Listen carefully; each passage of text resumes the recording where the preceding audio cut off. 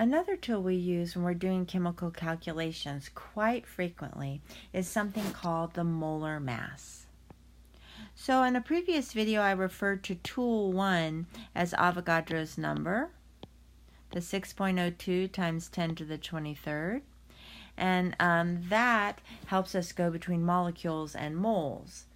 Molar mass is our second tool, and you can see here it's going to help us go from moles, which is something we can't really measure in lab, to grams, which is something that our balances, a mass unit that our balances can measure.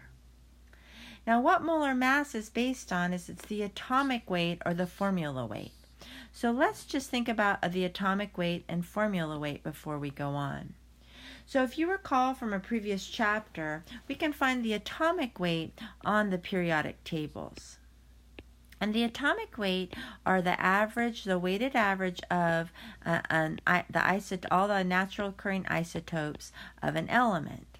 So for example, carbon, if I look on the periodic table, you'll see it has a molar atomic mass of 12.01, and the units are either U, which is a more modern unit, or a traditional unit was AMU, atomic mass units. And then if I had a hydrogen, its atomic mass, looking on the atomic weight, looking on the periodic table, is 1.008. And so those would be the average masses of those atoms. Now, if I had a formula, for example, if I had CH4, I can find its formula weight simply by adding up the atoms that are there. So I have 1 carbon, which would be 12.01, and I have 4 hydrogens. So I would have to multiply the hydrogens by 4.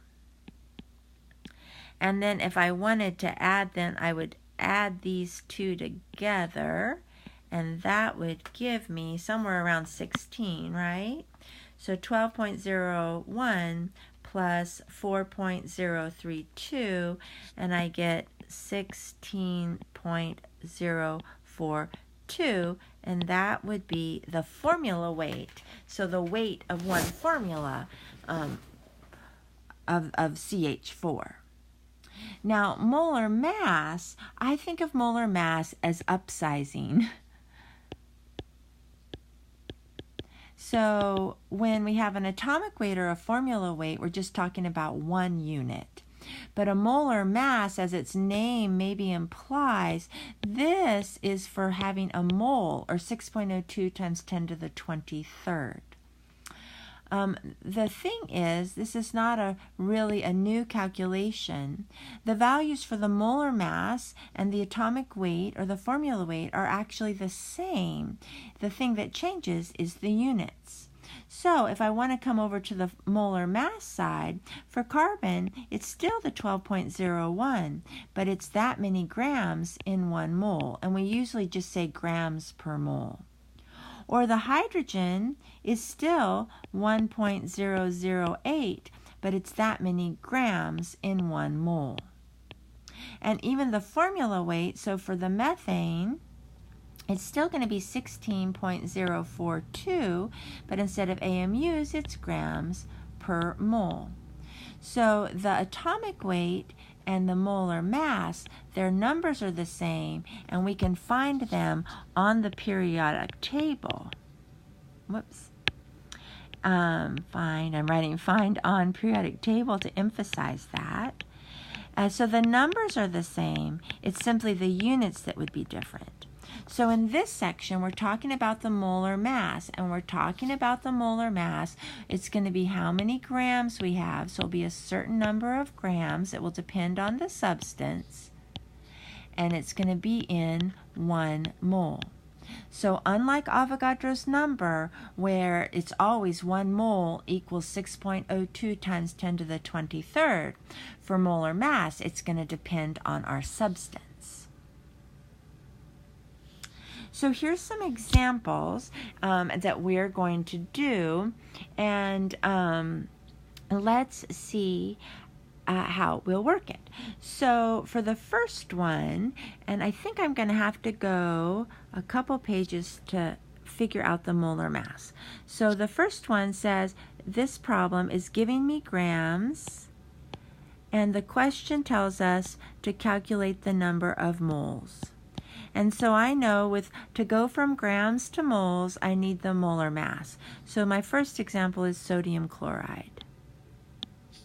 So to calculate sodium, you'll need a periodic table. So I have sodium chloride, so I find go to the periodic table, you know where the atomic weight is. Sodium is 22.99 grams per mole, and chlorine is 35.45 grams per mole. And so I add these two numbers together because I just have one of each, 22.99 plus 35.45, and I get 58.44. That's how many grams in 1 mole. Okay, so that's its molar mass. So 58.44. So then I would solve the problem. I write 100 grams and 58.44 grams per mole. So I'm going to want to put the grams on the bottom so that the grams cancel. So I'm going to divide by the molar mass. I'm going to put the 1 mole on the top. And so 100 divided by 58.44. And I'm going to go to 3 significant figures, and I get 1.71 moles of NaCl. So I divided by by the 58.44, divided by the molar mass. Now the second one is CH4. Let's look back at the previous page. What did we figure out CH4 to be? Down here, 16.042.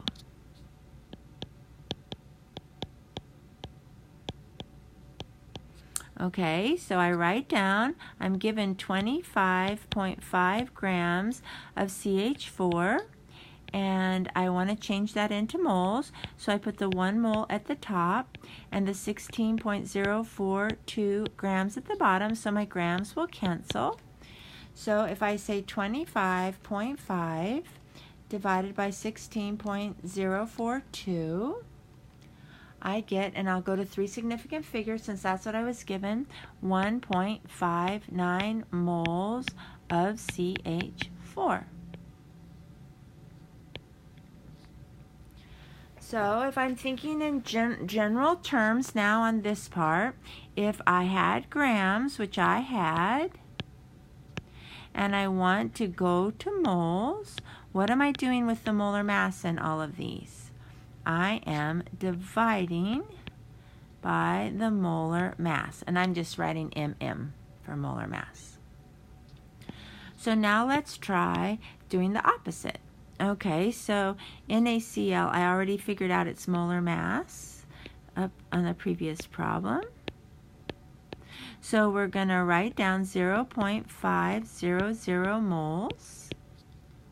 And then I want moles to cancel. So I'm going to write the 1 mole on the bottom and the 58.44 grams on the top. So I say 0.5 times 58.44. And to 3 significant figures, I get 29.2 grams of NaCl. So if I have moles and I want to find grams, I multiply by the molar mass. Now, I don't have C2H4 for the next problem, so let's go to my worksheet.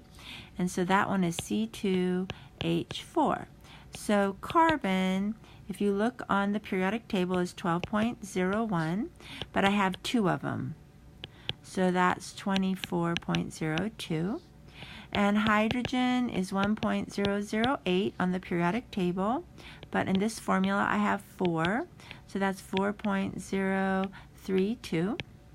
So then adding, I get 250.28, 28.052. Whoops, sorry. So I have 28.052. That's that many grams in 1 mole. So I always write down what you're given, and they told me I had 3.6 moles. And I want goes on the bottom to cancel. These are always out of 1 mole. So the 1 mole goes on the bottom, and the 28.052 grams goes on the top. So I say 3.60 times 28.052, and I get, okay, so this I have 100, it's 100.987.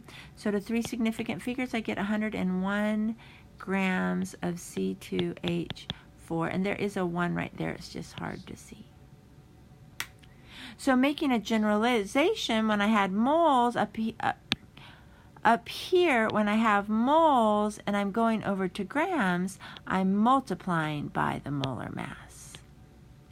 Now, you can try to remember multiplying and dividing, that's fine, or you can follow your units. Remember, in both Avogadro's number and the molar mass, it's always out of 1 mole.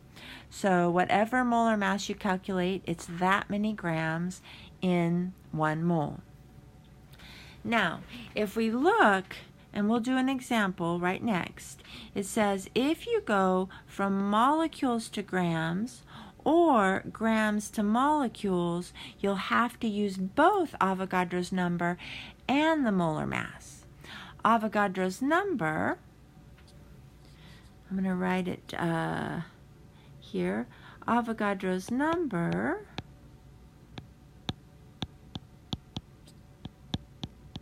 this goes between molecules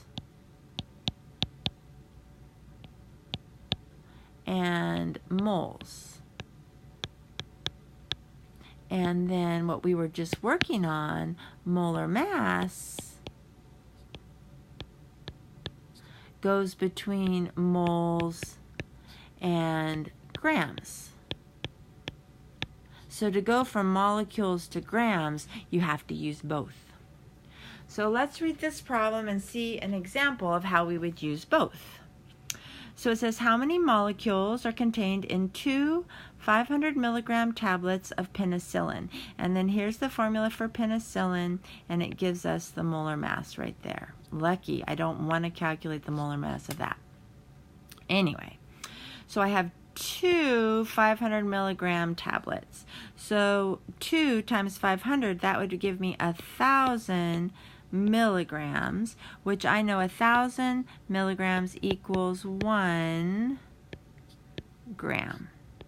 Okay, so I have 1 gram of penicillin. So I am trying to go from grams to molecules, because they gave me that I had 1 gram, and the question is how many molecules. Well, I know molar mass will get me right here. That goes from moles to grams. So why don't we start with that first? So I have 1 gram of penicillin. Now I'm using the molar mass, so I'm going to want the grams on the bottom. So they cancel, and that's out of 1 mole. So cancel, cancel. So I'm going to take the grams that I was given and divide by the molar mass, and that gives me 0.002990431 moles. And I'm not going to round off that number yet, since this is an intermediate step. And so then I'm going to write 0.002990431. It's still in my calculator, so I have that many moles. And now to go to molecules, I'm going to use Avogadro's number. So moles, Avogadro's number is 6.02 times 10 to the 23rd molecules in 1 mole. And I put moles on the bottom so they would cancel. So even though that's a teeny tiny number of molecules, when I multiply that number by 6 times 10 to the 23rd and going to 4 significant figures, I get 1.800 times 10 to the 21st molecules. So there are a lot of molecules in 1 gram of penicillin. So notice I had to use both tools. I had to start with this step and use the molar mass to go from grams to moles.